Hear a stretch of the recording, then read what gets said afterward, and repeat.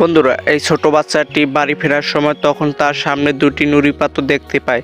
ছোট বাচ্চাটি অনেক কষ্ট করে একটি নুড়ি পাথর নিচে ফেলে, কিন্তু তখন তার পিছনে থাকা একটি ভদ্রলোক তার ছোট সাইকেলটি তার নিচে ফেলে দেয়।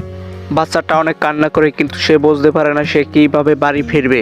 তাই তখন সে বসে থাকে। কিছুক্ষণ পরে একটি ভদ্রলোক এসে তাকে বলে, ছোট, তুমি এখানে কি করছো? তখন বলে সব যে আমার এই সাইকেলটি নিচে ফেলে দিয়েছে, আমি কিভাবে বাড়ি যাব।